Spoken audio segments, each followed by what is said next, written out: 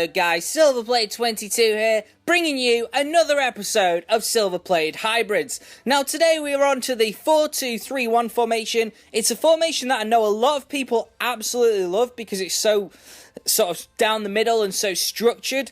It's not one that I personally think is absolutely amazing. I'm quite a fan of sort of fast wing play and counter-attacking football. I feel this is like a more sort of rigid formation where it's about passing straight through the middle. And yeah, you can argue that those wide cams offer a little bit of width, but as far as I'm concerned, they do stay more central. I certainly don't hate it. It's probably, you know, in the top half of formations that I like, but it's certainly not in my sort of top 5 formations or anything like that, as many people would probably put it.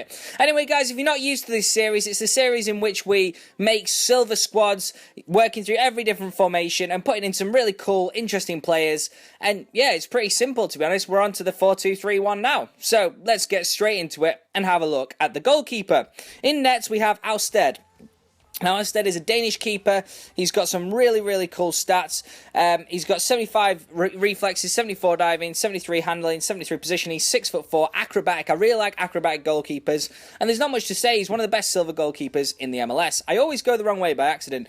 At right back, we've got Patterson, who has 82 pace and 89 physical. What else do you need to know? That is absolutely amazing. He hasn't got the best stats offensively for a right back, but you don't really need that, to be honest. He's 6'2".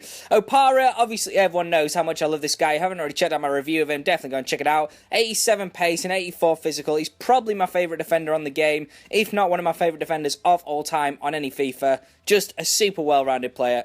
And we partner him up with Besler, who is absolutely amazing. He looks kind of rubbish compared to Opara, but he is an absolutely amazing defender in-game. Low high work rates is always something that we like to see. It means he stays back and just, you know, gets on with his defensive job.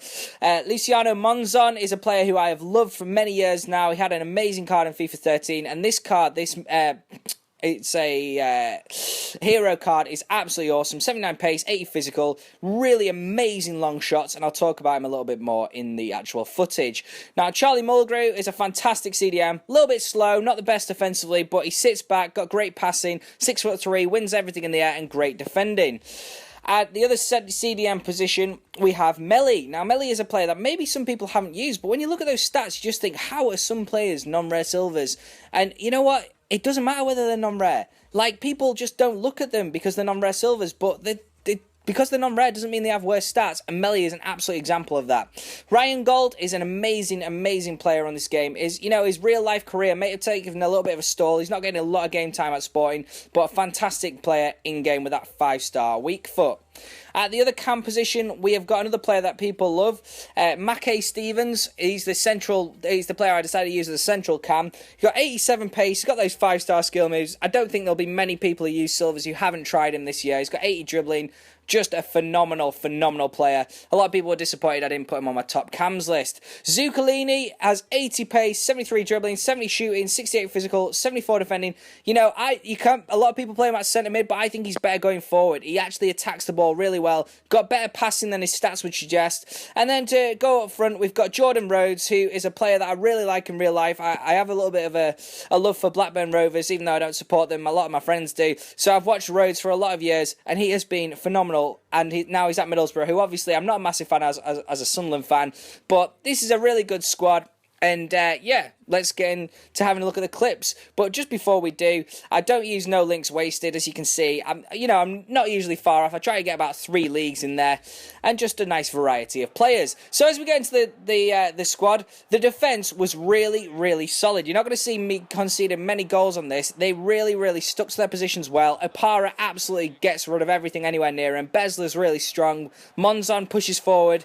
Patterson wasn't as good, but you know, that physical means that the defensively, strength-wise, anyone who was trying to get anywhere near the goal wasn't going to get it, and then anyone who was quick, Opara caught them up. So it was a really sturdy defence, especially with those 2 CDMs of Mulgrew and Melly. They really slotted in nicely, and they also had a little bit of freedom to move into a more sort of centre midfield role.